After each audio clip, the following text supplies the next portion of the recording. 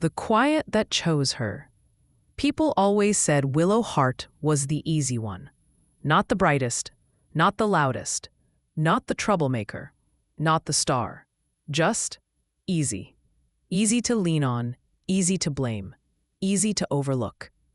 Even as a child, she lived like a shadow, running beside her older sister Briar. Never ahead, never too far behind. Always exactly where she was needed. Briar was the wildfire, brilliant, unpredictable, magnetic. Adults adored her. Kids followed her. Trouble found her like a magnet. And whenever it did, Willow was the soft landing at the end of it all. Willow learned young that peace was something you gave up, so others could keep theirs. She learned that being good often meant being silent. She learned that love could feel like a long, slow disappearing. And she learned that sometimes the person you would break yourself to save would never even notice the cracks. But life has a way of pushing a person to the edge of themselves.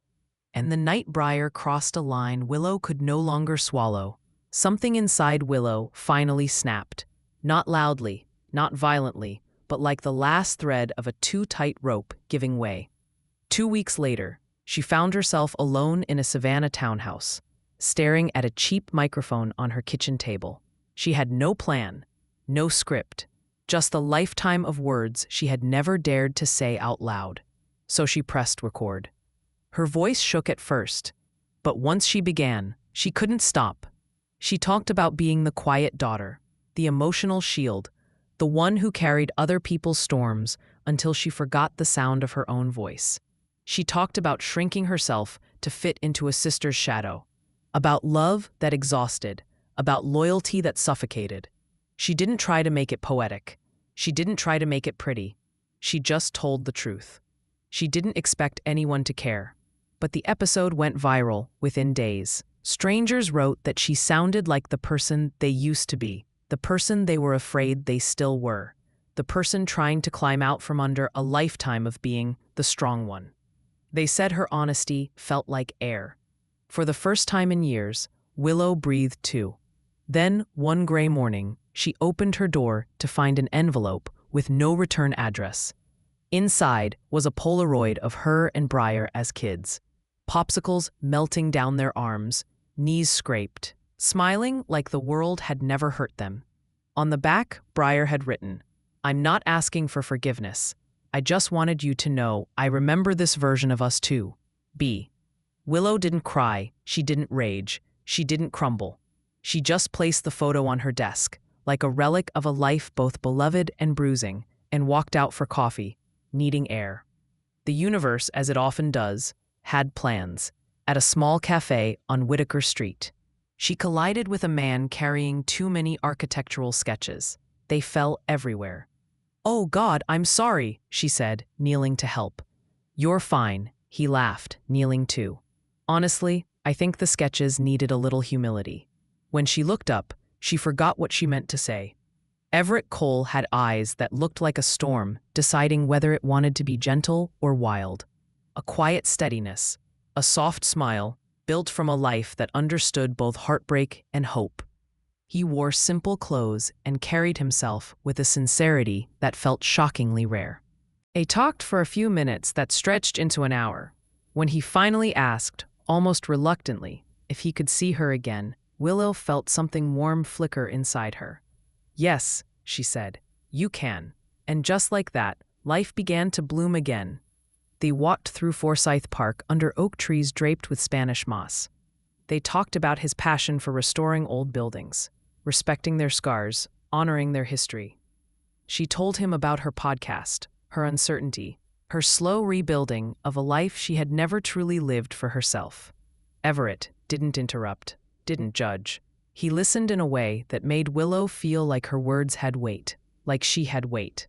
With him, silence felt safe, not a place to disappear, but a place to rest. They began meeting often, late-night conversations on her balcony, laughing over noodles eaten straight from the box, dancing barefoot in her kitchen to music too soft to dance to, but somehow perfect. One evening by the river, Everett took a breath and said, People think love is fireworks and grand gestures. But I think real love is the person you stop bracing yourself around.